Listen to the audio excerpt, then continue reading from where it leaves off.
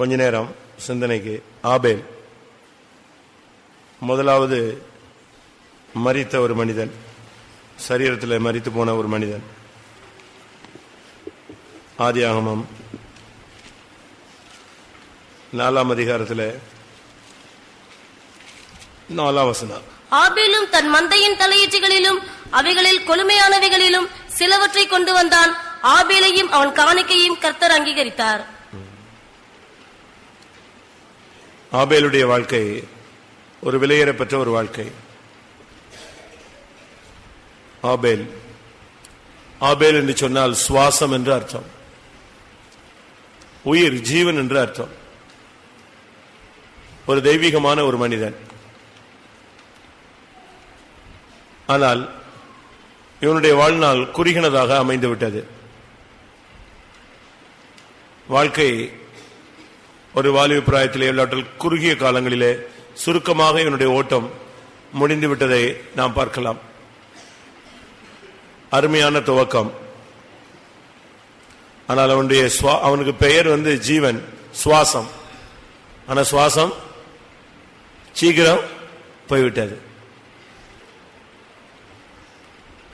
நாம் இவனை குறித்து சிந்திக்கும் பொழுது இவன் ஒரு மேய்ப்பன்.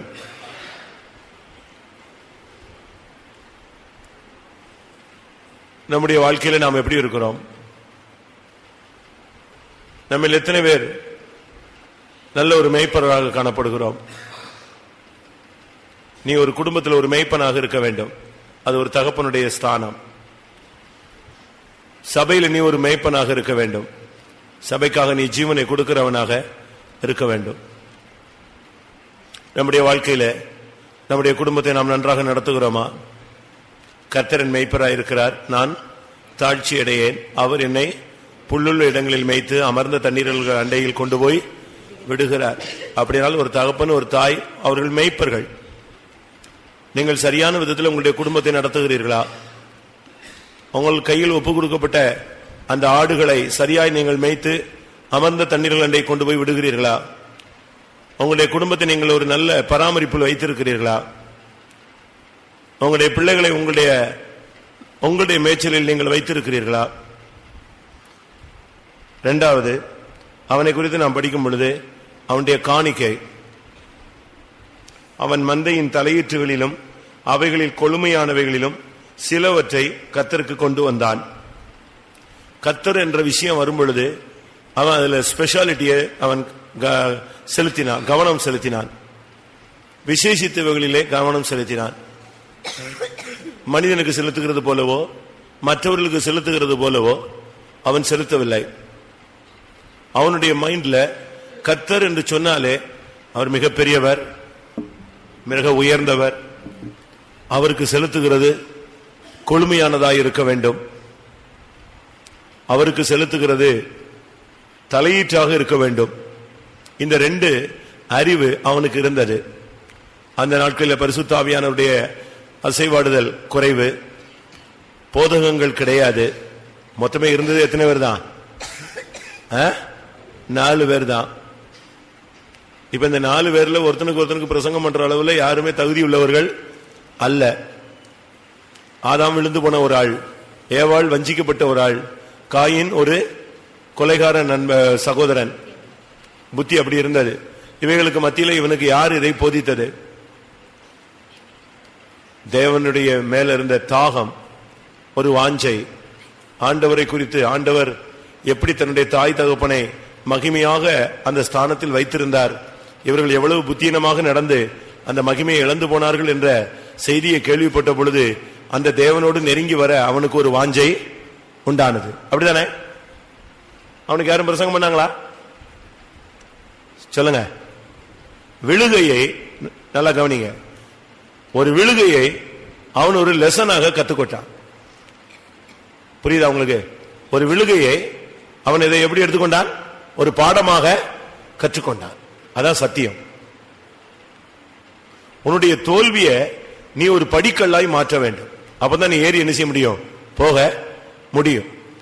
விழுந்து போன தாய் தகப்பன் மத்தியில ஒரு தெய்வீக வாழ்க்கை அவனால் எப்படி வாழ முடிந்தது? அது பெரிய இரக்கம். அவனுக்கு அதை கேள்விப்பட்ட உடனே சே, எவ்வளவு மகிமையா இருந்த ஒரு வாழ்க்கை. இப்படி உழைச்சி சாப்பிட வேண்டிய அவசியம் இல்ல, கஷ்டப்பட வேண்டியது இல்ல. அந்த மகிமையின் தேசத்துல ஏதேன் தோட்டத்தில் அழகா உட்கார்ந்திருந்தா போதும். தேவனை முகமுகமாய் பார்க்கலாம், அவர் சத்தத்தை கேட்கலாம், அவரோடு உறவாடலாம், அவருடைய சாயலிலே திருப்தி ஆகலாம், ஒரு நல்ல வளர்ச்சி, ஜீவனில் வளர்ச்சி அடையலாம். இப்படி ஒரு வாழ்க்கையை நம்முடைய பேரண்ட்ஸ் இழந்துட்டாங்களே அப்படின்னு சொல்லிட்டு அவன் பின்மாறி போல, நம்முடைய தாய் தகப்பனை கர்த்தர் துரத்தி விட்டாரு அப்படிங்கிற வேதனை, ஒரு கோபம் யாருக்கு இருந்திருக்கலாம்?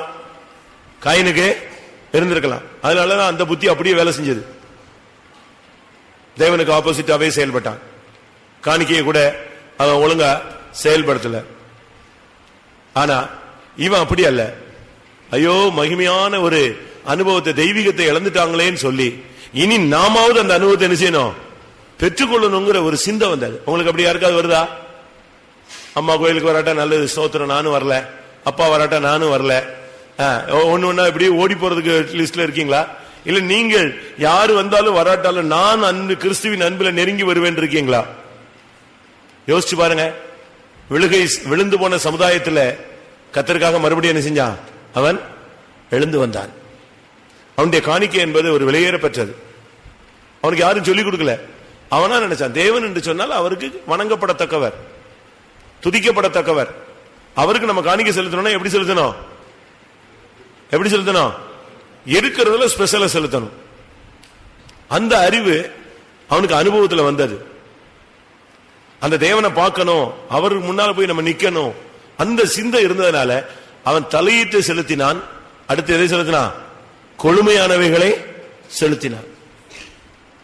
எப்படிப்பட்ட ஒரு தரிசனம் உள்ள வாழ்க்கை அவனுக்கு இருந்துச்சுன்னு பாருங்க. நமக்கு எப்படி இருக்கா?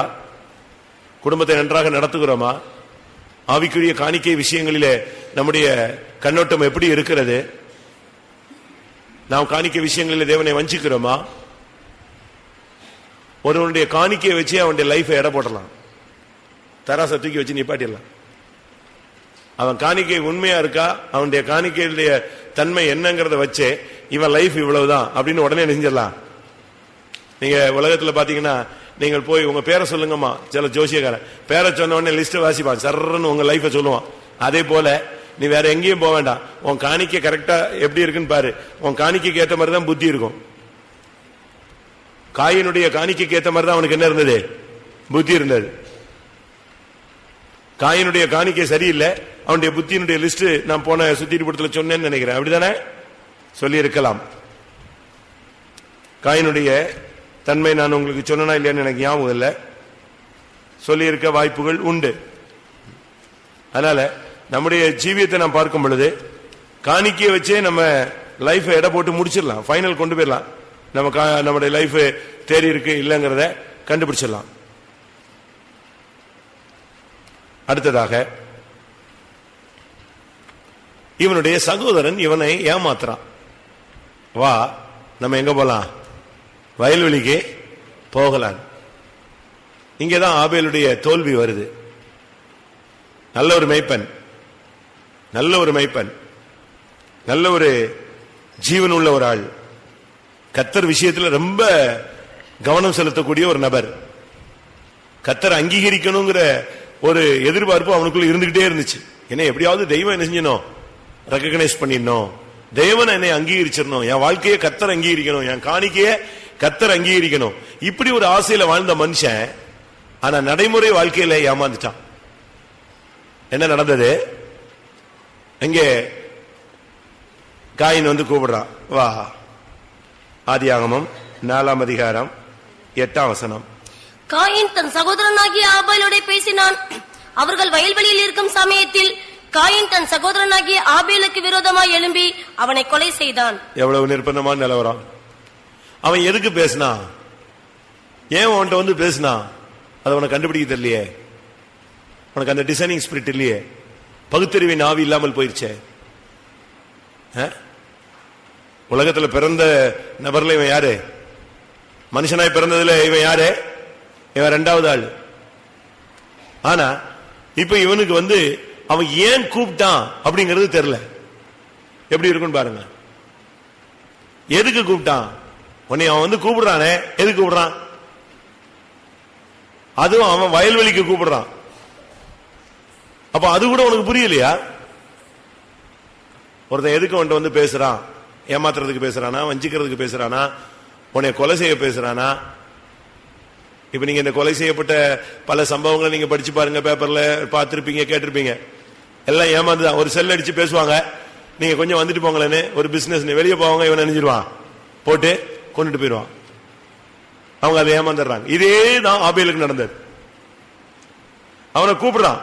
காயின் தன் சகோதரனாகி ஆபேலோடு பேசினான். வாயன் அப்படி வயல்வெளி வரைக்கும் போகணும். இவன் என்ன நினைச்சிட்டான்? அண்ணன் எதுக்கு கூப்பிட்டாரு? ரொம்ப பாசமா கூப்பிடுறாரு, போயிட்டு வந்துடலான்னு போயிட்டான். எவ்வளவு அருமை! ஒரு நம்பி மோசம் போயிட்டான் பாத்தீங்களா? நீங்க மனுஷன் மேல நம்பிக்கை வைக்க கூடாது. மனுஷன் மேல நம்பிக்கை வைக்கவே கூடாது. அண்ணம்பா, அக்காம்பா, ஆன்டிம்பா, அங்கிள்பா, யாரையும் நம்ப கூடாது. பாஸ்டர்மாங்க, பிரதர்மாங்க, சிஸ்டர்மாங்க, அக்காம்பாங்க, லைஃப் சொல்லி முடிஞ்சு போயிடும். ரொம்ப கவனமா இருக்கணும். எதுக்கு பேசுறான்? ஒரு ஆள் என்ன பர்பஸோடு பேசுறான்? அந்த சர்ப்பம் ஏவாளோடு பேசினது அவளுக்கு அவன் ஏமாத்துறான்னு நினைச்சல, புரியல. அதே தவறு தான் யாருக்குள்ள வந்துருச்சு? யாருக்குள்ள வந்துருச்சு? ஆபேலுக்குள்ள வந்துருச்சு. அன்னைக்கு அவ சர்ப்பம் பேசும் பொழுது, இந்த சர்ப்பம் ஏன் இப்படிப்பட்ட ஒரு உபதேசம் பேசுது அப்படிங்கிற புரிந்து கொள்ளக்கூடிய மனப்பான்மை அவளுக்கு இல்ல, வஞ்சிக்கப்பட்டாள். இப்ப அதே தவறு, சேம் தவறு தான் இப்ப யாருக்கு நடக்குது? ஆபேலுக்கு நடக்குது. அவன் வந்து பேசுறான். ஏன் இவன் பேசுறான்? இவன் நேத்துல இருந்து முகநாடி சரியில்லையே, இவன் மூஞ்சி தூக்கிட்டு சுத்துறானே, கர்த்தர் இவனுடைய காணிக்கை அங்கீகரிக்கலையே, நம்ம காணிக்கை அங்கீகரிச்சிட்டாரு, அதுல இருந்து இவன் முகம் கருத்து போய் சுத்துறானே, இவன் வித்தியாசமான பார்வை பாக்குறானே, ஏன் இப்படி பாக்குறான்? ஒண்ணுமே தெரியல. அவன் கூப்பிடுறானே, இவன் கூப்பிட்டா நம்ம போலாமா? இவனை நம்பி நம்ம போக முடியுமா? அதெல்லாம் ஒண்ணுமே இல்ல. கூப்பிட்ட உடனே ஏமாந்து போயாச்சு. போய் என்ன நடந்தது? வயல்வெளிக்கே கொண்டு போயிட்டான். இவனுக்கு ஆடு மாய்க்கிற வேலை, அவனுக்கு தான் வயல்வெளி. அவன் இடத்துக்கே இவனை கொண்டு போயிட்டு இவனை கொலை செஞ்சிட்டான். சுவாசம் போய்விட்டது. உன்னுடைய ஆன்மீகம் நீ இழந்து போய்விட்டாய். உன்னுடைய தெய்வீகத்தை இழந்து போய்விட்டாய். நம்பி மோசம் போய் நீங்கள் உங்களில் எத்தனை பேர் கிருபை இழந்து போயிருக்கிறீர்கள்? சுவாசம், நமக்கு சுவாசமே கிருபை தான், ஆண்டவர் தான், ஆண்டவருடைய இரக்கம் தான். இன்னைக்கு கிருபை இழந்து போய், விசுவாசத்தை இழந்து போய், பரிசுத்தத்தை இழந்து போய், பிரதிஷ்டையை இழந்து போய், இன்னைக்கு எல்லாம் மரித்த நிலவரத்தில் நம்ம ஒண்ணுமே இல்லாம கிடக்கிறோம். என்ன நடந்தது தெரியுமா? செத்துட்டாரு. செத்தாலும் அவன் ரத்தம் கூப்பிடுது. ஆதியாகமம் 4:10 கர்த்தர் சொல்றார். அதற்கு அவர், என்ன செய்தாய்? உன் சகோதரனுடைய ரத்தத்தின் சத்தம் பூமியிலிருந்து என்னை நோக்கி கூப்பிடுகிறது. பாருங்க, முதல் ரத்த சாட்சி மரிச்சிட்டான். ஆனா மரிச்சாலும் ஐயோ என் ஜீவன் போயிடுச்சே, என் லைஃப க்ளோஸ் பண்ணிட்டானே, பூமிக்குரிய வாழ்க்கையவே நஷ்டப்படுத்திட்டானே, ஆண்டவரே ஆண்டவரே ஆண்டவரேன்னு இவன் ரத்தம் யார கூப்பிட ஆரம்பிச்சிருச்சு? ஏமாந்துட்ட, ஒண்டி நஷ்டமாயிடுச்சு. இப்ப நீ உட்கார்ந்துட்டு அழு. செத்துட்டு பிறகு அவன் ரத்தம் கூப்பிடுதான். ரத்தத்தில் என்ன உண்டு? ரத்தத்திலே ஜீவன் உண்டு, உயிர் இருக்கிறது. மாம்சத்தின் உயிர் ரத்தத்தில் இருக்கிறார். இந்த ரத்தம் கூப்பிடுது ஆண்டவர் நோக்கி. ஆண்டவர் சொல்றாரு, நீ என்ன செய்தாய்? ஆபேல, நீ காயினே, நீ என்ன செய்தாய்? அவனுடைய ரத்தம் என்னை நோக்கி என்ன செய்யுது? கூப்பிடுது. நீங்க நம்புறீங்களா? இன்னைக்கு வரைக்கும் கூப்பிடுது. நம்புறீங்களா? இன்னைக்கு வரைக்கும். வெளிப்படத்தில் எப்படி வசனம் இருக்கா? இல்ல எங்க இருக்கு அந்த வசனம்? ஆபேலின் ரத்தம் இன்றைக்கு வரைக்கும் கூப்பிடுகிறது. எப்படி இருக்கும் பாருங்க. எபிரேயர் 11:4. விசுவாசத்தினாலே ஆபேல் காயினுடைய பலியிலும் மேன்மையான பலியை தேவனுக்கு செலுத்தினான், அதனாலே அவன் நீதிமான் என்று சாட்சி பெற்றான். ஆபேலின் ரத்தம் இன்னும் கூப்பிடுகிறது. இது மேன்மையான பலி, நீதிமான் என்று சாட்சி பெற்றான். காணிக்கை அவனுக்கு, அவனுடைய காணிக்கை எபிரேயர் 11ஆம் அதிகாரத்துல தானே சொல்றீங்க? மரித்தும் இன்னும் பேசுகிறான். அது மரித்தும் இன்னும் பேசுகிறான், அது சாட்சியின் ஜீவியம். இது எபிரேயர் 11 நீங்க பார்க்கலாம். ஆனா ஆபேலின் ரத்தம் இன்னும் பேசிட்டே இருக்கு, கூப்பிட்டுட்டே இருக்கு, கூப்பிடுது. இன்னைக்கும் பேசிட்டு இருக்கு. ஆபேல் ரத்தம் மாத்திரமல்ல, பூமியில ரத்தம் சிந்தின ஒவ்வொருடைய ரத்தம் என்ன செய்யுது? கூப்பிடுது. கூப்பிடுதா? என்ன சொல்லி கூப்பிடுது தெரியுமா? என்ன சொல்லி கூப்பிடுது? வெளிப்படுத்தல் 6:10. பழி வாங்க மாட்டீரோ, நியாய தீர்ப்பு செய்ய மாட்டீரோ, ஏன் செய்ய மாட்டீங்க? பாருங்க, ஆபேல் தான் நல்ல மனுஷன் தான், ஆனா அவன் செத்துட்டானே, அவனுக்கு அந்த ஜீவன் போனது அவனால என்ன செய்ய முடியல, ஏற்றுக்கொள்ளவே முடியல. பூமிக்குரிய வாழ்க்கையை நஷ்டப்படுத்திட்டானேன்னு சொல்லிட்டு செத்து போன பிறகும் அவனுடைய ரத்தம் கூப்பிட்டுட்டே இருக்கு. ஆண்டவர் சொல்றாரு, இன்னைக்கும் கூப்பிடுது. வாசிங்க. அவர்கள் பரிசுத்தமும் சத்தியமும் உள்ள ஆண்டவரே, தேவரீர் பூமியின் மேல் குடியிருக்கிறவர்களிடத்தில் எங்கள் ரத்தத்தை குறித்து எதுவரைக்கும் நியாய தீர்ப்பு செய்யாமலும் பழி வாங்காமலும் இருப்பீர் என்று மகா சத்தமிட்டு கூப்பிட்டார்கள். மகா சத்தமிட்டு கூப்பிட்டார்கள். அந்த ரத்தங்கள்லாம் கூப்பிடுது, எங்கள் ரத்தத்தை குறித்து எதுவரைக்கும் நியாய தீர்ப்பு செய்யாமல் இருப்பீர். எப்படி இருக்கும்? எங்கள் ரத்தத்தை குறித்து எதுவரைக்கும் பலி வாங்காமலும் இருப்பீர். இன்னொரு இடத்துல இருக்கு இதே வார்த்தை, இதே போன்ற ஒரு வார்த்தை, ஆபேலின் ரத்தம். ஆபேலின் ரத்தம் பழிவாங்கு பழிவாங்குன்னு கூப்பிடுது. செத்துட்டான், ஆனா இன்னும் மைண்டுக்குள்ள என்ன இருக்கு? அவனுடைய ரத்தத்துல என்ன இருக்கு? ஜீவன் இருக்கு. கூப்பிடுது, பழிவாங்கு. நீங்க சில காரியங்களை மன்னிச்சிடுறீங்க, விட்டுறீங்க. ஏன் இன்னும் ஆண்டவர் கிரியை செய்யல? அவனை ஒரு வழி பண்ணிருக்கலாமே, என்ன இப்படி விட்டுட்டாரு இருக்கா?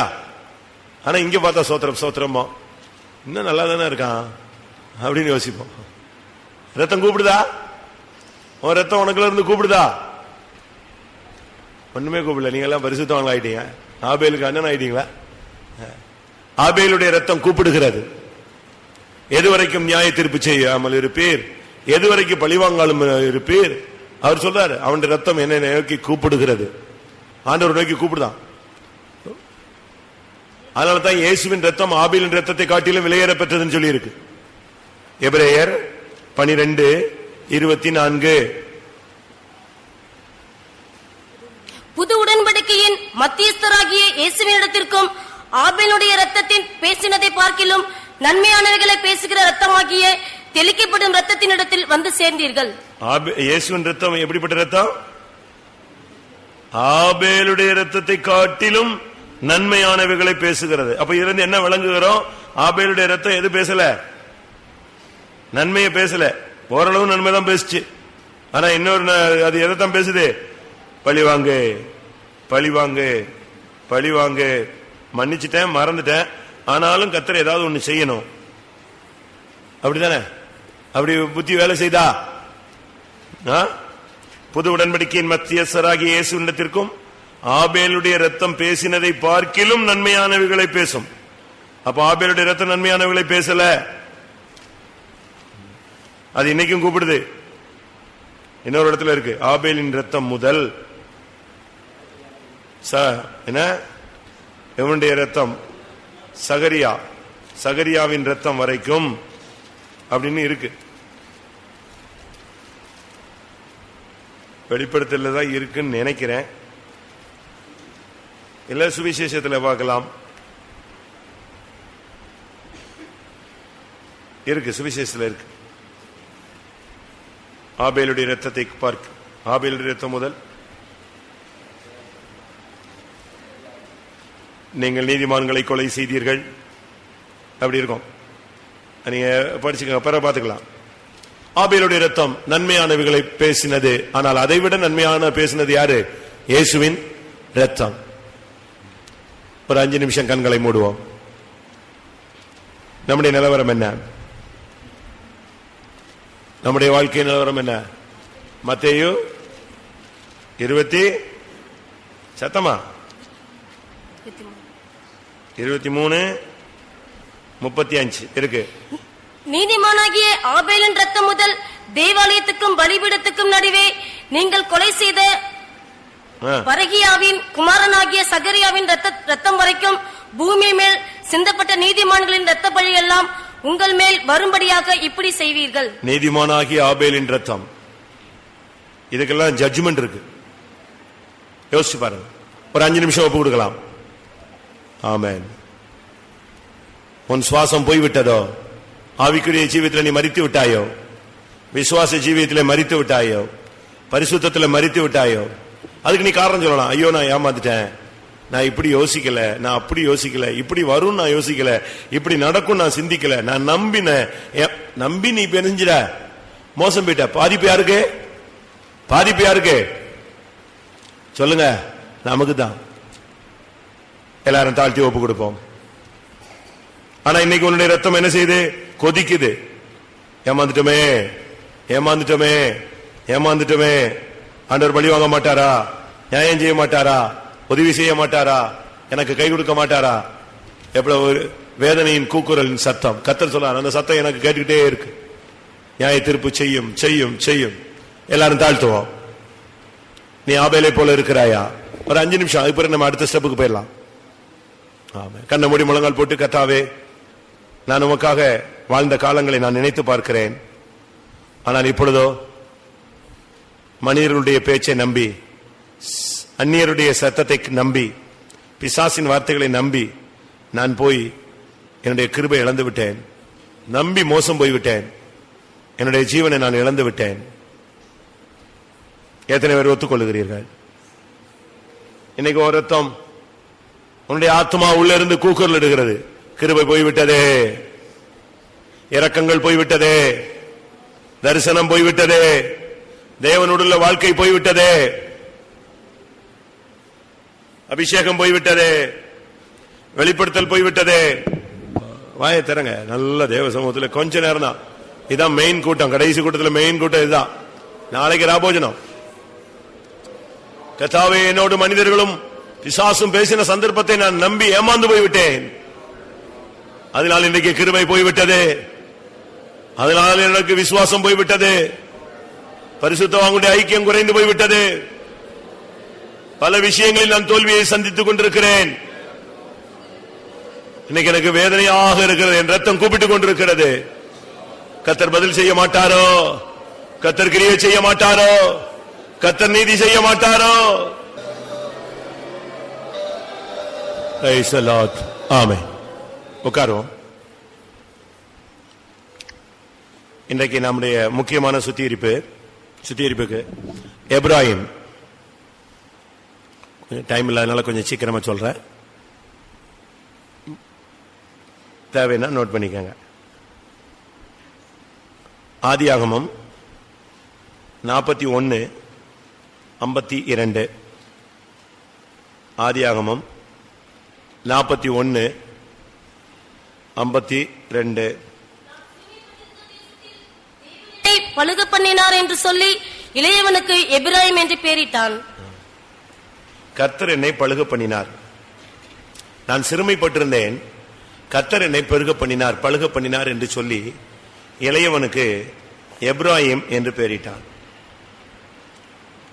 ஒண்ணுமே இல்லாத சிறைச்சாலையில் கிடந்த மனுஷனை, கைவிடப்பட்ட நிலவரத்தில் கிடந்த மனிதனை கர்த்தர் கொண்டு வந்து சிங்காசனத்தில் உட்கார வைத்தார். அதற்கு பின்பு அவனுக்கு 2 பிள்ளைகள் பிறந்தார்கள். முதல்ல ஒருவன் பிறந்தான், அவனுக்கு மனாசே.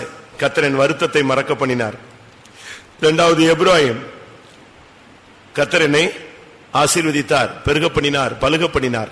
அதனால் அவனுக்கு என்ன பேர் வச்சான்? எப்ராயிம். ஆதியாகமம் 48. இவன் இளையவன். இவன் மூத்தவன் அல்ல, இளையவன்.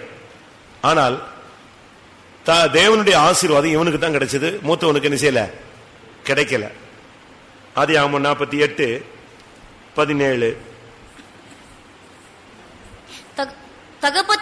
தகப்பன் தன் வலது கையை எபிராயிமுடைய தலையின் மேல் வைத்ததை யோசேப்பு கண்டு, அது தனக்கு பிரியமில்லாதபடியால் எபிராயிமுடைய தலையின் மேல் இருந்த தன் தகப்பனுடைய கையை மனாசையின் தலையின் மேல் வைக்கும்படிக்கு எடுத்து அதாவது தகப்பனுக்கு முன்னால, யாக்கோபுக்கு முன்னால யோசேப்பு தனக்கு பிறந்த 2 பிள்ளைகளையும் கொண்டு வந்து நிப்பாட்டுறான். 2 பேரும் முழங்கால் போட்டு அவனுக்கு முன்னால உட்கார்ந்து நிக்கிறாங்க. அப்பா, பிள்ளைங்களை கொண்டு வந்திருக்கிறேன். ஏன்னா யாக்கோபுக்கு கண்ணு கொஞ்சம் மங்கலா இருக்குது, நீங்க என் பிள்ளைகளை 2 பேரையும் ஆசீர்வதிச்சிருங்கன்னு சொல்றான். இப்போ மூத்தவன் வலது பக்கத்தில் நிக்கிறான், இளையவன் இடது பக்கத்தில் நிக்கிறான். அப்படித்தான் கொண்டு வந்து நிப்பாட்டி இருக்கான் யோசேப். இப்போ அவன் ஆண்டவரை சொல்லிட்டு ஆசீர்வதிக்க போறான். ஆசீர்வதிக்கும் போது கையை நெஞ்சாச்சு திருப்பிட்டான். யாரு? யாக்கோபு. கை வலது கை நேரம் எங்க போயிடுச்சு? இளையவனை தேடி போயிடுச்சு. உடனே இவன் யோசிப்பு என்ன இவரு குழப்புறாருன்னு சொல்லிட்டு அடுத்த வசனம் சொல்றான், என் தகப்பனே அப்படி அல்ல, இவன் மூத்தவன், இவனுடைய தலையின் மேல் உம்முடைய வலது கையை வைக்க வேண்டும் அப்படின்னு சொல்றான். அப்ப அவரு சொல்றாரு, அவன் தகப்பனை தடுத்து, அது எனக்கு தெரியும் என் மகனே, அது எனக்கு தெரியும், ஆனாலும் இவன் தம்பி, இவன் தான் தம்பி, ஆனா இவன் தான் என்ன செய்வான்? அதிகமாய் பெருகுவான். ஆசீர்வாதம் எப்படி இது நம்முடைய ரட்சிப்பை காண்பிக்கிறது. யூதர்கள் எல்லாம் மூத்தவர்கள், அவங்களுக்கு கிடைக்கல. வல்லவர்கள் ஞானிகள் அநேகர் உண்டு, ஆனா ஒண்ணும் தெரியாத நமக்கு என்ன செஞ்சிருக்கு? இந்த ரட்சிப்பு, இந்த ரட்சிப்பின் மேன்மையான வாய்ப்பு யாருக்கு கிடைச்சிருக்கு? கிருபையாய் நமக்கு கிடைச்சிருக்கு. எப்ராஹிமுக்கு ஒரு சான்ஸ், அருமையான ஒரு வாய்ப்பு அவனுக்கு கிடைச்சது. ஆனா சுவாவம் தான் சரியில்லாமே போயிட்டான்.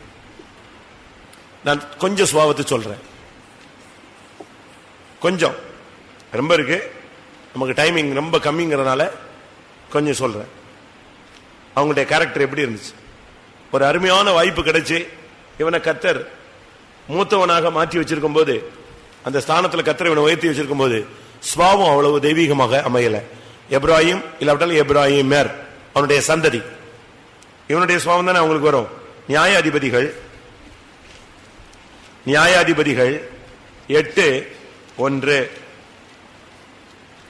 அப்பொழுது எப்ராஹிம் மனுஷர் அவனை நோக்கி, நீ மீதியானியர் மேல் யுத்தம் பண்ண போகிற போது எங்களை அழைக்கவில்லையே, இப்படி நீ எங்களுக்கு செய்தது என்ன என்று அவனோட பலத்த வாக்குவாதம் பண்ணினார்கள். இந்த எப்ராஹிமுடைய முதல் சுபாவம் என்னன்னா வாக்குவாதம். வாக்குவாதம்னா ஒரு கருத்தை சொல்றது மாத்திரம் அல்ல, அதை எங்க கொண்டு போய் நிப்பாட்டிடுவான்? சண்டையில கொண்டு போய் நிப்பாட்டிடுவான். ஒரு புருஷன்ட்ட ஒரு மனைவி தன்னுடைய ஒப்பீனியனை சொல்லலாம், ஒரு மனைவி தன்னுடைய புருஷன் சொல்லலாம், புருஷன் தன்னுடைய மனைவிட்ட சொல்லலாம், இல்ல சகோதரன் சொல்லலாம், இல்லாவிட்டா உங்க கூட வேலை பார்க்கறவனுக்கு நீ ஒரு ஒப்பீனியன் சொல்லலாம், ஒரு கருத்தை சொல்லி வலியுறுத்தலாம். ஆனா அதை எதாவது மாத்தக்கூடாது. இவன் சொல்றான், யுத்தத்துக்கு போகும்போது மீதியான மேல யுத்தம் பண்ண போற போது எங்களை ஏன் நான் கூப்பிடல, எப்படி இப்படி செய்யலாம், நீ அப்படியா இப்படியான்னு சொல்லி அவனை கடைசியில் எங்க வந்தாச்சு? பலத்த வாக்குவாதம். ஒரு சில இடத்துல நீங்க போய் பாருங்க, பிரச்சனையே இருக்காது, ஆனா சண்டை உச்ச கட்டத்தில் இருக்கும். யாராவது விசாரிச்சா எப்படி இருக்கும்? இதுக்கா எவனா சண்டை போடுவானா? வாயை மூட்டு போடாமா. ஏன்னா அந்த பிரச்சனை அவ்வளவு சுலபமான ஒரு காரியம். அவசியம் இல்லாத காரியங்களுக்கு சண்டையை போட்டு உடனே 3 நாள் உட்கார்ந்து அழுது புலம்பி கத்தி பாஸ்டிங் போட்டு சாப்பிடாம கிடந்து ஒரே இது என்னன்னு கேட்ட கடைசியில் ஒண்ணுமே இருக்காது. ஒரு அற்பமான காரியமா இருக்கும். அப்படி இருக்கா? அப்படி ஆவி இருக்கா? எப்ராஹிம் ஆவி நாசரத்தில் இருக்கா? இருக்கா? இல்லைன்னா இல்லைன்னு வந்திருக்கணும்ல. மௌனம் சம்மதத்துக்கு அறிகுறியா? உள்ள ஸ்டோர் ஆகி போய் கிடக்கு. சின்ன காரியத்தை கூட அப்படியே கத்தி கத்தி சொல்லி முறுமுறுத்து சண்டை போட்டு சத்தத்தை கூட்டி வால்யூமை கூட்டி கூட்டி கூட்டி கூட்டி கூட்டி எங்க வந்துடும் அது. ஆனா நீங்க ஆராய்ச்சி பண்ணி பார்த்தா ஒண்ணுமே செய்யாது, இருக்காது. அது இது சின்ன ஒரு ஸ்டார்ட் ஆகும். அதுக்குள்ள இவங்க அம்மா வீட்டு கதையை எடுத்துருவாங்க, இல்ல அவங்க அப்பா வீட்டு கதையை எடுத்துருவாங்க, பழைய கதையை எடுத்துருவாங்க. ஒரு 30 வருஷத்துக்கு முன்னால ஒரு பிரச்சனை, நான் வந்தேன் என்னை மதிக்கல, அது இது எதையாவது ஒண்ணு சேர்த்து கைத்தை கட்டி தொங்க விட்டுருவான். மொத்தத்திலே சேர்ந்து ஒரே பூகம் அதை கிளப்பி விட்டுருவான். அப்படி யாருக்கு அது கிருபை இருக்கா? அப்படி யாருக்கு இருக்கா? அந்த ஆவி எப்ராஹிமின் ஆவி உங்களுக்குள்ள இருக்கா? சின்ன பிரச்சனையும் போட்டு குழப்பு குழப்பு குழப்பு குழப்புன்னு குழப்பி கிளப்பி விடுறது. ரெண்டாவது, இவங்க பலத்த வாக்குவாதம் பண்ண உடனே அவன் என்ன பண்ணிட்டான்? ரொம்ப உஷாரு. யாரு? கிதியோன். அவன் உடனே இவங்களை புகழ ஆரம்பிச்சிட்டான்.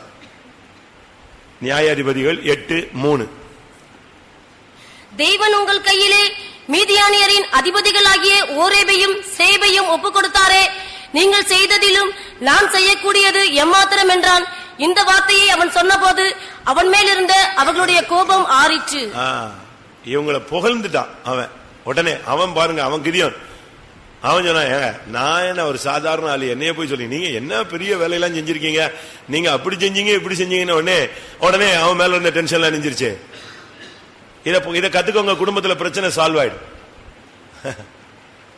ஒருத்தர் ஒருத்தர் என்ன செய்யறது? புகழ்கிறது. அவங்க செஞ்சதை கொஞ்சம் நீங்க அப்படி புகழுக்கு மயங்காதவன் எவன்? நம்ம ஆளுங்களே புகழுக்கு மயங்கிறாங்களே. பாதி ஆளு வாழ்க்கையை கெடுத்து போனது, வாழ்க்கையில இழந்து போனது காரணமே என்னதான்? நரி வந்து காக்காவை பார்த்து சொல்லிச்சான், என்ன அருமையான குரல்னுச்சு. அதுக்குள்ள காக்கா வடை எதை விட்டுடுச்சு? அவ்வளவுதான். ஒரு செகண்ட் காக்காவை ஒரு புகழ்ந்து ஒரு செகண்ட்ல காக்கா எதை விட்டுருச்சு? அடுத்து திரும்பி பார்த்தா யாரு கிடையாது, வடையும் இல்ல நரியும் இல்ல. அதே மாதிரிதான் உன்னைய பார்த்து அப்படியே புகழ்வாங்க. உங்க குரல் நல்லா இருக்கு, உங்களுடைய பேச்சு நல்லா இருக்கு, உங்க ட்ரெஸ் நல்லா இருக்கு, நீங்க மத்தவங்களை காட்டல, இது நீங்க இதை கேட்டுட்டோன்னே இது எல்லாம் ஏமாந்து அப்படியே பின்னால போய் வாழ்க்கையெல்லாம் இழந்து நாசமாயி உங்களுடைய போய் வாழ்க்கையெல்லாம் விட்டுறான். நான் சொல்றது வந்து உண்மை. இதே மாதிரிதான் ஏமாத்துறது. ஆப்போசிட் ஆப்போசிட் என்ன செய்யறது? வஞ்சித்தல். இப்ப பாருங்க, கிதியோன் என்ன சொல்லிட்டான், நீங்க செஞ்சது காட்டுல நான் என்ன செஞ்சேன்னு. உடனே அவங்களுக்கு ஆமா இல்ல, உடனே அவங்க கோவமே நெஞ்சிருச்சு, ஆரிச்சு, ஆஃப் பண்ணிட்டான். அப்ப புகழுக்கு மயங்கிற ஒரு வாழ்க்கை எப்ராஹிமுக்கு இருந்தது. உன்னை யாராவது புகழ்ச்சி அடைய செய்தால் அதுதான் உனக்கு சோதனை. பைபிள் என்ன சொல்லியிருக்கு? மனுஷனுக்கு வரும் சோதனை அவனுக்கு உண்டாகும் புகழ்ச்சியே. அதனால உங்களை யாராவது புகழ்ந்தாங்கன்னா உனக்கு கண்ணி வைக்கிறான்னு புரிஞ்சுக்கோ, ஞானமா நடந்துக்க. இவன் அவங்கள புகழ்ந்தான். இந்த வார்த்தையை அவன் சொன்ன போது அவன் மேல் இருந்த கோபம் அவர்களுக்கு ஆறிற்று. அடுத்து நியாயாதிபதிகள் 12:1. எப்ராயிம் மனுஷர் ஏகமாய் கூடி வடக்கே புறப்பட்டு போய் எப்தாவை நோக்கி, நீ எங்களை உன்னோட கூட வரும்படி அழைப்பியாமல் அம்மோன் புத்திரர் மேல் யுத்தம் பண்ண போனதென்ன? உன் வீட்டையும் உன்னையும் கூட அக்கினியால் சுட்டு போடுவோம் என்றார்கள். சம்பந்தமே இல்லாம எப்தாட்ட போய் வம்பிழுக்கிறான். நீ எப்படி என்னைய கூப்பிடாம போலாம், என்னைய மதிக்கல. இதேதான் அங்கேயும் நடந்துச்சு. எதுல? 8:1 இதே பிரச்சனை தான். என்னைய கூப்பிடல, என்னைய மதிக்கல, இதான் பிரச்சனை. அவன் யுத்தத்துக்கு போய் கிதியோன் ஜெயிச்சுட்டு வந்துட்டான். இவங்க சொல்றாங்க எங்களை ஏன் கூட்டு போல. அதே போல இங்க எப்தா யுத்தத்துக்கு போயிட்டு வந்துட்டான். இவங்க என்ன சொல்றாங்க, எங்களை ஏன் கூப்பிடல. இந்த வீடுகளில் உள்ள சண்டைகளுக்கு பிரச்சனையே இதுதான். எங்க அக்கா விட்டு கூப்பிடல, உங்க அக்கா விட்டு கூப்பிடல, எனக்கு மதிப்பு கொடுக்கல, எனக்கு மரியாதை கொடுக்கல. உங்க அண்ணன் வந்து அவன் வீட்டு பங்கனுக்கு ஒன்னே கூப்பிடல, இவன் வீட்டு. விசுவாசி தானே, கூப்பிடலன்னு நீ போகாத, உனக்கு நல்லது லாபம். நீ கூப்பிடலன்னு சொல்லிட்டு உட்காந்து அழுதுகிட்டே இருக்க கூடாது. அவன் கூப்பிடல நான் வரமாட்டேன், அவன் கூப்பிடல நான் போக மாட்டேன். எதுக்கு? கூப்பிட்டா போ, கூப்பிடலன்னு உனக்கு அன்பு இருந்தா போ, தாழ்மையின் சிந்தை இருந்தா போ, இல்லைன்னா சும்மா இரு. கூப்பிடலன்னு போய் சண்டை இழுக்கிறான் இவன். என்னை ஏன் அழைப்பிக்கவில்லை? இதுதான் 8:1 நடந்துச்சு.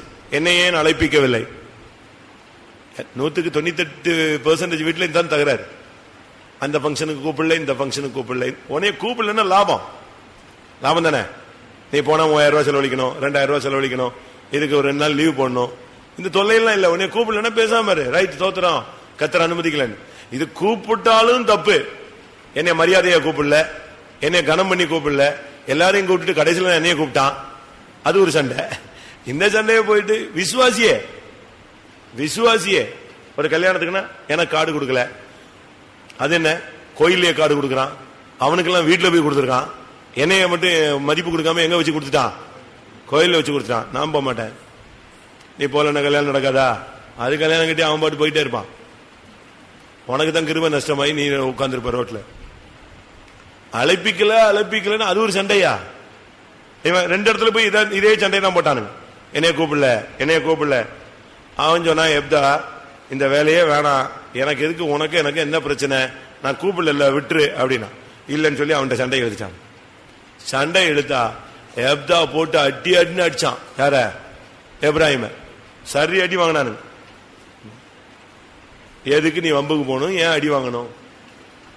ஏன் வம்புலுக்கிற அவனை? அடுத்தவனை திருப்பி அடி வாங்கிட்டு உட்காந்து துக்கப்பட்டு அழுதுட்டு சோர்ந்து போய் இனிமே நான் சாகுற வரைக்கும் போக மாட்டேன். நீ முதலே போகாம இருந்துரு, எதுக்கு சாகுற வரைக்கும் போகாம இருக்கணும்? உன்னைய கூப்பிடல, அது இதெல்லாம் எப்ராஹிமுடைய ஆவி இருக்கா இல்லையான்னு இன்னைக்கு வீட்டுக்கு போன பிறகுதான் தெரியும். பாத்தியா சொல்லிட்டாரு, பாத்தியா? ஆமா, உங்களை மாதிரி யாராவது போய் போட்டு கொடுத்துருப்பான் அப்படிம்பீங்க. இப்படித்தானே டயலாக் எல்லாரும் பேசுறீங்க. யாரோ சொல்லுங்க, இதெல்லாம் சும்மா பேச முடியுமா? அப்படி என்ன பாசன்னு பெரிய தீர்க்க தரிசியா? அப்படி சொல்றீங்களா? யாரும் கூப்பிடலன்னு சண்டை போடாத, கூப்பிடலன்னு வம்புழுக்காத. நான் ரொம்ப போய் சொல்றது அதான். வீட்டுல புருஷன் அடிச்சுட்டாம்பாங்க, எதுக்கு அடி வாங்குற, ஞானமா நடந்துக்க, எதுக்கு பேசணும், அவன் முரணன், அவன் கீழ்ப்படியாதவன், அவன் அன்பில்லாதவன், நீ ஏன் அவன்கிட்ட அடி வாங்குற? நீ அவனுக்கு ஏத்த மாதிரி நடந்துட்டு பேசாம என்ன செய்ய போயிட்டாரு. ஏன் நீ போய் வாய் பேசணும், அடி வாங்கணும்? எதுக்கு? தேவையில்லை. எப்ராஹிமுடைய புத்தி அப்படிதான், போய் வம்பிழுக்கிறது.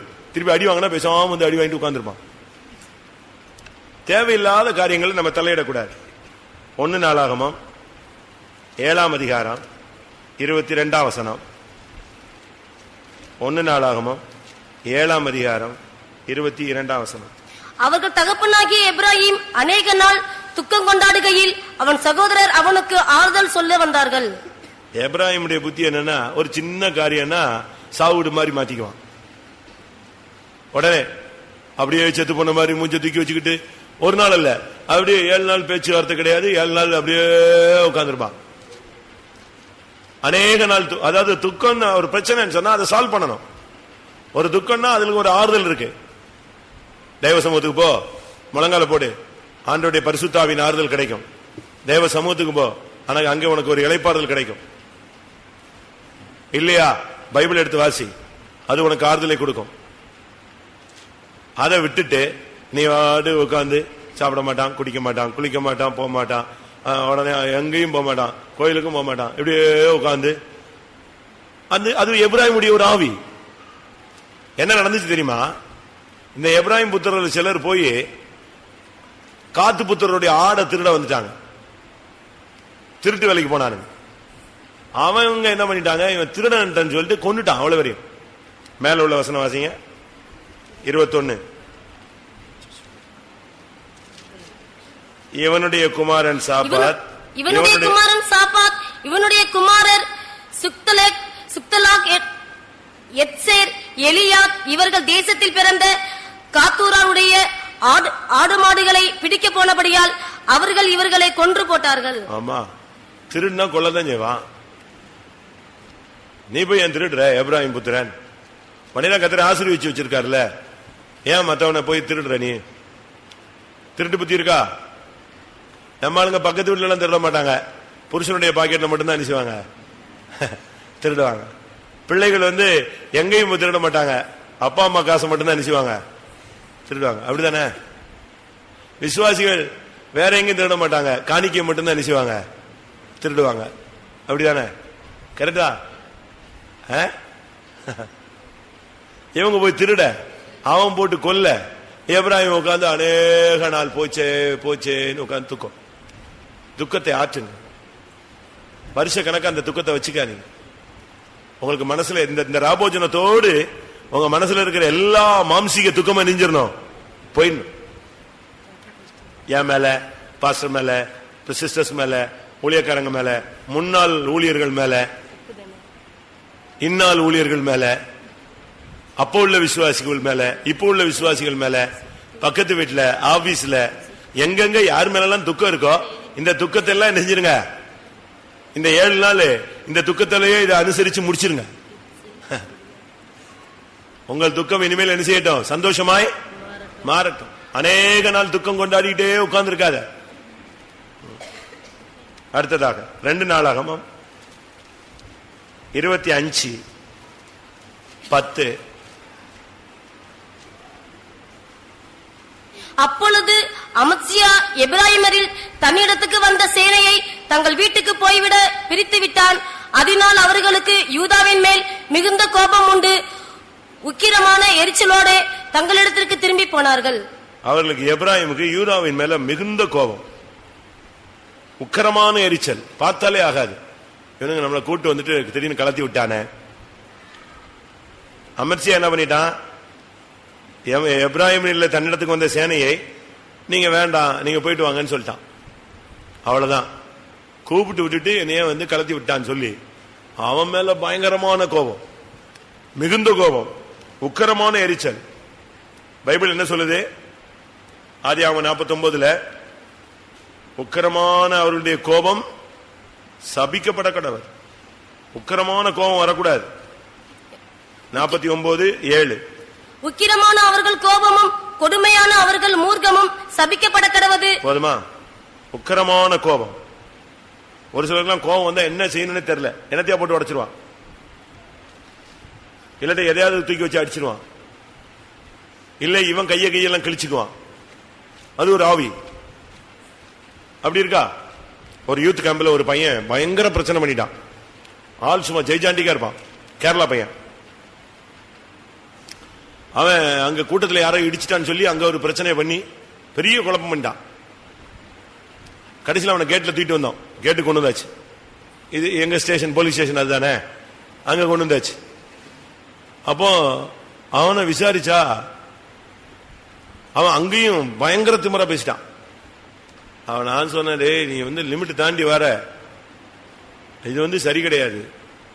நீ கேரளா வரு, தமிழ்நாடு எதுவாரு, ரொம்ப ஓவரா போகாத. யாரா இருந்தாலும் ட்ரீட்மெண்ட் கொடுத்துருவோம், அதுக்கப்புறம் அசிங்கப்பட்டுருவேன். திருப்பி கொஞ்ச நேரம் அப்படியே உட்கார்ந்துருந்தான். அதுக்குள்ள அவங்க ஊழியக்காரங்களாம் வந்தாங்க. அப்ப விசாரிச்சா அவன் ஒத்தைக்கு ஒரே பையன். அவன் கொஞ்சம் பொறுத்து ரியலைஸ் ஆயிட்டான், அந்த ரிலாக்ஸ் ஆகி கொஞ்சம் நார்மலுக்கு வந்துட்டான். அப்போ தான் செஞ்ச தப்ப ரியலைஸ் பண்றான். அப்ப அவன் சொல்றான், எனக்கு திடீர்னு ஒரு கோபம் வருது, அதை என்னால என்ன செய்ய முடியல, கண்ட்ரோல் பண்ண முடியல. இந்த பாரு என் கையை பாரு அப்படின்னா, கையை பார்த்தா அவ்வளவு கீச்சி கிழிச்சு, அவங்க வீட்டுல அவங்க அம்மா அப்பா ஏதாவது சொல்லிட்டா கோவத்துல கண்ணாடி எல்லாம் உடைக்கிறது, உடைச்சு கை கீழே நெஞ்சிருக்கான். அவன் சொல்றான், எனக்கு என்னைய கண்ட்ரோல் பண்ண முடியல, எனக்காக ஜெபம் பண்ணுன்னு முழங்கால் போடுறான். என்ன பண்றது இவனை? நான் விடுதலைக்காகத்தான் எங்க இருந்து வந்திருக்கேன், கேரளால இருந்து வந்திருக்கேன். யூத் மீட்டிங்ல நான் வேற எதுக்கும் வரல, எனக்கு விடுதலை வேணும் தான் வந்திருக்கேன். என்ன கோபத்தை என்ன செய்ய முடியல, கண்ட்ரோல் பண்ண முடியல. எங்க டேடி ஏதாவது சொல்லிட்டாருன்னா நல்லதுதான் சொல்றாருன்னு தெரியுது, இந்த ஆள் என்ன இப்படி நம்மள சொல்லிட்டாரேன்னு சொல்லிட்டு உடனே போட்டு என்னத்தையாவது உடைக்கிறது, கையெல்லாம் கிழிச்சு திருப்பி போய் அரை மணி நேரம் கழிச்சு ஆஃப் ஆயிடுவான். திருப்பி போய் கையெல்லாம் என்ன செய்யணும், தையல் போட்டு. எப்படி ஆவி இருக்கா யாருக்காவது? இங்க அவ்வளவு மோசமான ஆளுங்க இருக்க மாட்டீங்க. அது ஒரு உக்கிரமான கோபம், அது சபிக்கப்பட்ட ஒரு ஆவி. அதனாலதான் உக்கிரமான கோபமும் மூர்க்கமும் என்ன செய்ய கடவுதே, சபிக்கப்பட கடவுள். அடுத்து 2 நாளாகமம் 30:18 அதனென்றால் எபிராயிம், மனாசே, இசக்கார், செபுலோன் மனுஷரில் ஏராளமான அநேகம் ஜனங்கள் தங்களை சுத்தம் பண்ணி கொள்ளாதிருந்தும் எழுதியிராத பிரகாரமாக பஸ்காவை சாப்பிட்டார்கள். புரியுதா உங்களுக்கு? எல்லாருக்கும் தமிழ் புரிஞ்சிச்சா? எபிராயிம் மனுஷரில் அநேகம் ஜனங்கள் தங்களை என்ன செய்யல, அவங்க சுத்தம் பண்ணி கொள்ளவில்லை. நாசரேத்துல எல்லா விசுவாசியும் இந்த 8வது கூட்டத்துக்குள்ள வந்துட்டீங்களா? ஒரு கூட்டமாவது வந்திருக்கீங்களா? இன்னும் வராத விசுவாசிகள் இருக்காங்களா? புருஷனோ மனைவியோ பிள்ளைகளோ அப்படி வரல. இன்னும் நீ சுத்தம் பண்ணி கொள்ளவில்லை, நீ யாரு? இன்னும் நீ சுத்தம் பண்ணி கொள்ளவில்லை யாரு? எபிராயிம். ஆனா நாளைக்கு நைட்டு வந்துருவான் ராபோஜனத்துக்கு. அதான் அங்க எழுதியிருக்கு. அவர்கள் எபிராயிம் ஜனங்களில் அநேக ஜனங்கள் தங்களை என்ன செய்யவில்லை, சுத்தம் பண்ணி கொள்ளவில்லை. ஆனால் எழுதின பிரகாரமாய் பஸ்காவை சாப்பிட முடியாதுல்ல, சுத்திகரிக்கலன்னா அபாத்திரமா என்ன செய்யறான், பஸ்காவை சாப்பிட போறான். நாளைக்கு வந்துட்டு சோத்திரம், நான் அறிக்கையே செய்யல. எங்க போன நீ? 8 கூட்டத்துக்கு வர முடியாத அளவுல நீ வாழ்க்கையில என்ன பெரிய மில்லியனரா பில்லியனரா? உனக்கு அவ்வளவு பெரிய பிசினஸ் உனக்கு வாழ்க்கையில கிடைச்சிருச்சே. தேவ சமூகத்துக்கு கூட ஒரு அரை மணி நேரம் 1 மணி நேரம், தேவ சமூகத்துல 3 மணி நேரம் வர்ற அளவுல கர்த்தர் உன்னை கோடீஸ்வரனா மாத்தி விட்டாரா, இல்ல அவ்வளவு பிஸி ஆக்கி விட்டாரா? சுத்தம் பண்ணு. எபிராயிமுடைய ஆவி சுத்தம் பண்ணி கொள்ளாமலே கர்த்தருடைய பந்தியில பங்கெடுப்பது. நான் சொல்லல, பைபிள் தான் சொல்லுது. சங்கீதம் 78:9 ஆயுதம் அணிஞ்சிருவான், ஆனா யுத்தம்னா ஓடிடுவான், முதுகு காட்டுவான். 78:9 ஆயுதம் அணிந்த வில்வீரரான எபிராயிம் புத்திரர் யுத்த நாளிலே முதுகு காட்டினார்கள். ஆயுதம் அணிஞ்சாச்சு, யுத்தத்துக்கு வந்தாச்சு, ஆனா யுத்தம் தொடங்கும் போது வேலைஞ்சிருவான், ஓடிடுவான். விசுவாச பரீட்சையில நீ ஓடக்கூடாது. விசுவாச பரீட்சையில நீ நிக்கணும். விசுவாசத்துக்கு பரிசோதனை உண்டு, நீ அதுல ஓடி போயிடக்கூடாது. ஆயுதம் அணிந்த எப்ராஹிம் புத்திரர் என்ன செஞ்சாங்க? யுத்த நாளிலே என்ன செஞ்சாங்க? முதுகு காட்டுற. விசுவாசத்துக்கு பரீட்சை வரும்போது முதுகு காட்டாத, நில்லு, கர்த்தருக்காக நில்லு. லூக்கா 22:28. லூக்கா 22:28. மேலும் எனக்கு நேரிட்ட சோதனைகளில் என்னோட கூட நிலைத்திருந்தவர்கள் நீங்களே. இயேசு சொல்றார், எனக்கு நேரிட்ட சோதனைகளில் என்னோடு கூட நிலைத்திருந்தவர்கள் நீங்களே. நீ முதுகு காட்டக்கூடாது, சோதனைகள்ல முதுகு காட்டிட்டு ஓடிடாத. விசுவாச பரீட்சையில, பரிசுத்தத்தின் பரீட்சையில, பிரதிஷ்டைகளில் உள்ள பரீட்சைகளிலே, கிறிஸ்துவின் அன்பின் மேல் உள்ள பரீட்சைகள்ல நீ ஓடிடக்கூடாது, முதுகு காட்டக்கூடாது, நிக்கணும். எனக்கு நேரிட்ட சோதனைகளில் என்னோடு கூட நிலைத்திருந்தவர்கள் நீங்களே. ஏசாயா, நான் ரொம்ப ஷார்ட்டா முடிக்கிறேன், டைம் இல்ல. 7ஆம் அதிகாரம் 9ஆம் வசனம். ஏசாயா 7:9. எப்ராஹிமின் தலை சமாரியா. உன் தலை யாரு? நமக்கு தலை யாரு? கிறிஸ்து. மனைவிக்கு தலை யாரு? புருஷன். ஒரு விசுவாசிக்கு தலை யாரு? கிறிஸ்து. உன்னுடைய தலை சமாரியாவா இருக்கக்கூடாது. உன் குடும்பத்தை கண்ட்ரோல் பண்றது கிறிஸ்துவாக இருக்க வேண்டும், அந்நியனாக இருக்கக்கூடாது. தலையாகிய கிறிஸ்துன்னு சொல்லி இருக்கு. இந்த நாட்களில் நீங்க இந்த விஷயத்துல ரொம்ப கவனமா இருக்கணும். எப்ராஹிமின் தலை சமாரியா. உன்னுடைய குடும்பத்துக்கு நீதான் தலையாக இருக்கணும். உன் குடும்பத்துக்கு அந்நியன் என்ன செய்யக்கூடாது, தலையாய் இருக்கக்கூடாது. உன் வாழ்க்கையில தலையாக இயேசுதான் இருக்கணும். அந்நிய வல்லமைகள் உன்னுடைய குடும்பத்தை உன்னை ஆளுகை செய்யக்கூடாது. ஏசாயா 9:10. பெருமை, அகந்தையும் மனப்பெருமையுமாய் சொல்லுகிற எப்ராஹிமரும் சமாரியாவின் குடிகளுமாகிய எல்லா ஜனத்துக்கும் அது தெரிய வரும். அகந்தை, மனப்பெருமையாய் சொல்லுகிற. எதை பேசினாலும் ரொம்ப பெருமையா பேசுறது. அங்க வீட்டுல சாப்பாடு இருக்காது, ஆனா இவன் சொல்றது பேசுறதெல்லாம் கோடீஸ்வரம் மாதிரி பேசுவான். பைபிள்ல சொல்லியிருக்கு, நீதிமொழிகள்ல, ஒன்னும் இல்லாத இருந்தும் தன்னையே கனம் பண்ற ஒரு பெரிய டீம் இருக்கு. ஒண்ணுமே கிடையாது, ஆனா தன்னை ஐஸ்வர்யவானா என்ன செய்யறது, நினைக்கிறது, தன்னை குறிச்சு மேன்மையா பேசுறது, நான் அப்படி இப்படின்னு. அங்க போய் பார்த்தா ஒண்ணுமே இருக்காது. இந்த சிலர் ஏமாத்துவாங்க பாத்தீங்களா, நான் அங்க வேலை பாக்குறேன், இங்க வேலை பாக்குறாமா, ஆனா ஒண்ணுமே கிடையாதுங்கிறது கிட்ட போனாதான் தெரியும். கல்யாணம் கட்டுறது கூட ஒரு சிலர் இப்படி போய் சொல்லிடுவாங்க, என் பையன் அங்க வேலை பாக்குறான், இங்க வேலை பாக்குறான். அங்க பையன் என்ன வேலை பாக்குறான், வீட்டுலதான் இருக்கான். அப்படிலாம் சொல்லி ஏமாத்திடக்கூடாது யாரையும். கல்யாணத்துல நீங்க அப்படிலாம் செய்யக்கூடாது. நான் எதுக்கு இதை சொல்றேன்னா, நான் இருக்கிற இடத்துல ஒரு பெண்ணுக்கு ஒரு பையன் வந்தான். அவங்க அண்ணன், அப்பா, அம்மா, அவன் பையன் பொண்ணு பார்க்க வந்தாச்சு. பிடிச்சிருச்சு. அப்ப அவன் சொல்றான், அவங்க அண்ணன் சொல்றான், அந்த வீட்டுல அவனுக்கு ஷேர் இருக்கு. சரி. திருச்சியில ஒரு ஸ்பின்னிங் மில்ல அவனுக்கு ஷேர் இருக்கு. சரி. ஃபாரின்ல வேலை செய்யறான். ரைட்டு, கொடுத்துருவோன்னு ஆச்சு. கல்யாணம் கட்டியாச்சு. கல்யாணம் கட்டி கொஞ்ச நாள்ல இவன் ஃபாரின் போக மாட்டேன்ட்டான். சரின்னு கேட்டா, வீட்டுல ஷேர், வீடு ஏன் வீடு இல்ல, அவன் ஒழுங்கா வேலைக்கு போவான்னு பார்த்தா போகல. நான் என்ன பண்ண முடியும், அது ஏன் வீடு, வீட்டை விட்டு காலி பண்ணு, அவ்வளவுதான், முடிஞ்சிச்சு. திருச்சியில அது அவன்கிட்ட கேளுங்க, ஏன்ட்ட கேக்குறீங்க, எப்படி இருக்கும். நான் அன்னைக்கு ஏமாந்துட்டேன். நான் கேட்கறேன்னு அவங்க சொல்லிட்டாங்க, கல்யாணம் ஆகி போச்சு, நீ பேசி பிரயோஜனம் இல்லை, போனதுதான், நம்பி கொடுத்தாச்சு, பொண்ணு வாழ்க்கையை தொடங்கியாச்சு, இனி ஒன்னும் பேச முடியாது. எப்படி இருக்கும் பாருங்க, எப்படி ஏமாத்துறாங்க பாருங்க. ஒண்ணுமே கிடையாது, ஆனா பேசுறது மட்டும். இந்த ஊர் முழுசும், நம்ம இந்த கிராமத்துல போனீங்கன்னா உங்களுக்கு எவ்வளவு சொத்து இருக்குன்னா, அந்த பச்சையா இருக்கு, அது வரைக்குமா, அது பூமி எங்கும் பச்சையா தான் இருக்கு. அப்படிலாம் நம்ம சொல்லி ஏமாத்திடக்கூடாது. மனப்பெருமை, மனப்பெருமையா சொல்லுகிற, பெருமையா பேச ஆரம்பிச்சுட்டானா அவன் எப்ராஹிம். ஏசாயா 9:21. எப்ராஹிம் மனாசே, வாசிங்க. மனாசே எப்ராஹிமையும், எப்ராஹிம் மனாசேயையும் பட்சிப்பார்கள். ஒருத்தர் கடிச்சுக்கிட்டே இருக்கிறது. கலாத்தியர் சபையிலுடைய ஆவி இது. கலாத்தியர் சபையில நீங்க படிச்சு பாத்தீங்கன்னா கலாத்தியர்ல 5ஆம் அதிகாரத்துல 15ஆம் வசனத்துல கலாத்தியர் 5:15 நீங்கள் ஒருவரை ஒருவர் கடிந்து பட்சித்தீர்களானால் அழிவீர்கள். நீங்கள் ஒருவரை ஒருவர் கடித்து பட்சித்தல். கலாத்தியர் சபையில அடிச்சுக்குவானுங்க, ஒருத்தர் கடிக்கிற சுபாவம்.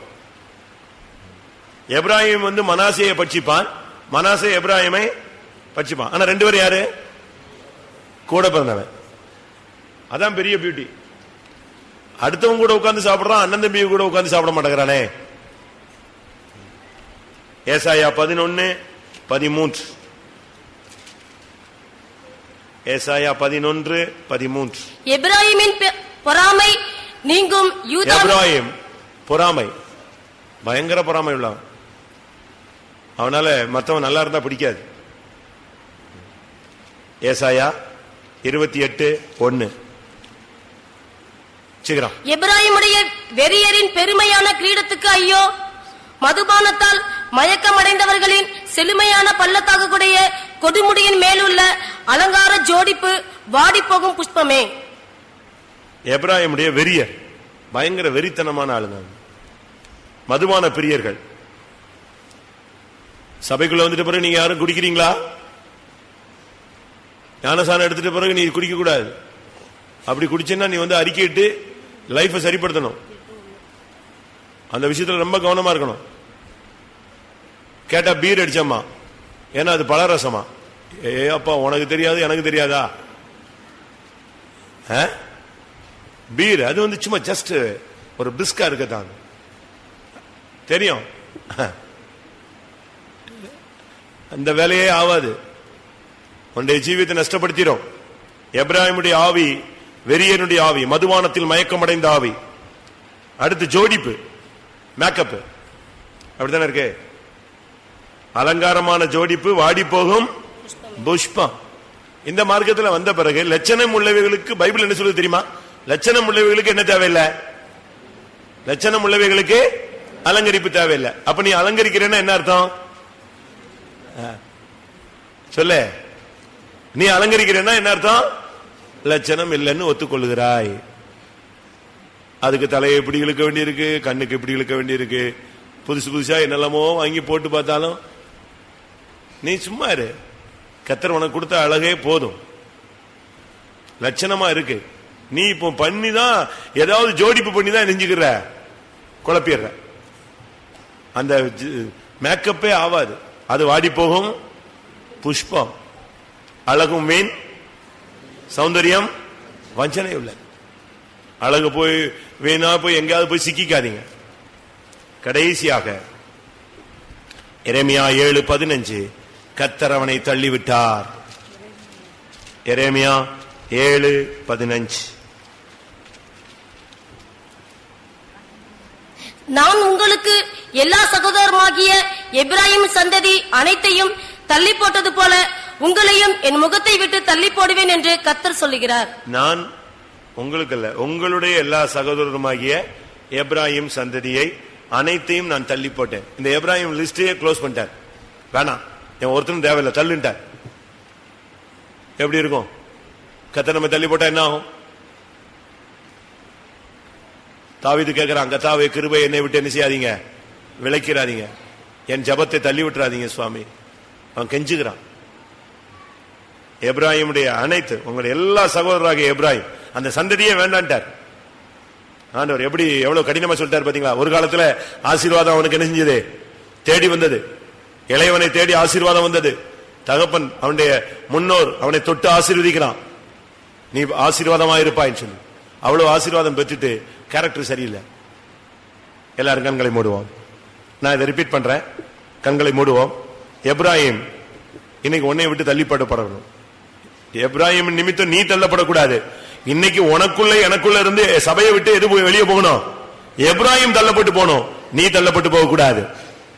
நீ கர்த்தருடைய சன்னிதானத்தில் கிட்டி சேர வேண்டும். ஆமென். கொஞ்ச நேரம்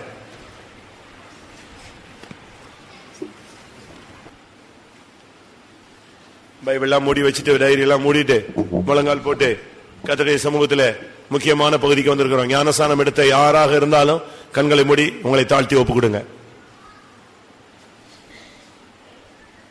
கர்த்தர் நம்மை நேசிக்கிறார். கிருபையாய் இந்த ரட்சிப்பு நமக்கு கிடைத்தது. கிருபையினால் விசுவாசத்தை கொண்டு ரட்சிக்கப்பட்டீர்கள். இது உங்களால் உண்டானதல்ல, இது தேவனுடைய ஈவு.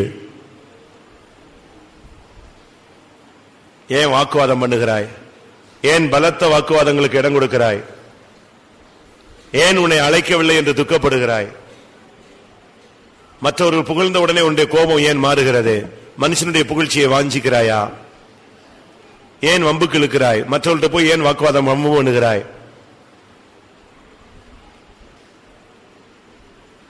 ஏன் உன் துக்கம் இன்னும் ஆறவில்லை? ஏன் இன்னும் அநேக நாள் துக்கப்பட்டுக் கொண்டே இருக்கிறாய்? எதுக்கு மிகுந்த கோபம், உக்கிர கோபத்துக்கு இடம் கொடுக்கிறாய்? சாந்த குணம் உள்ளவனாய் மாறு. சுத்தம் பண்ணி கொள்ளாமல் கர்த்தருடைய பந்திக்கு வராதே. இது ஒரு நல்ல நேரம். கர்த்தருடைய சமூகத்தில் உன்னை சுத்திகரித்துக்கொள். விசுவாச போராட்டத்தில் முதுகு காட்டாதே. சோதனைகளில் நில்லு. கிருபையை பெற்றுக்கொண்டு நில். உன்னுடைய தலை யார்? கிறிஸ்துவா, மற்ற மனுஷனா, நண்பனா, உறவினனா, உன்னுடைய தாயா, உன்னுடைய தகப்பனா? உன்னுடைய தலை கிறிஸ்துவா இருக்கட்டும். மனப்பெருமையாய் பேசாதே, தாழ்மையாய் பேசு. தாழ்மையாய் பேசு. ஒருவர் கடித்து பட்சிக்க வேண்டாம். ஜோடிப்புக்கு இடம் கொடுக்காதிருங்கள். உங்களிலிருந்து எப்ராஹிமை தள்ளி போடுங்கள். ஆமென். எல்லாரும் யாரும் தலையை கிளப்படக்கூடாது. கர்த்தருடைய சமூகம் நம்முடைய மத்தியில் இருக்கிறது. நான் விசுவாசிக்கிறேன், நம்முடைய பிரதான ஆசாரியர் நம்மை பரிசுத்தம் பண்ணும்படியாக இரத்தத்தோடு நம்முடைய மத்தியில் வந்திருக்கிறார். அவர் இரத்தம் தெளித்தால் உனக்கு பரிசுத்தம் உண்டாகும். மகா பரிசுத்த ஸ்தலத்தில் தெளிக்கிற இரத்தம் இன்னைக்கு உண்மையிலே தெளிக்கப்படட்டும்.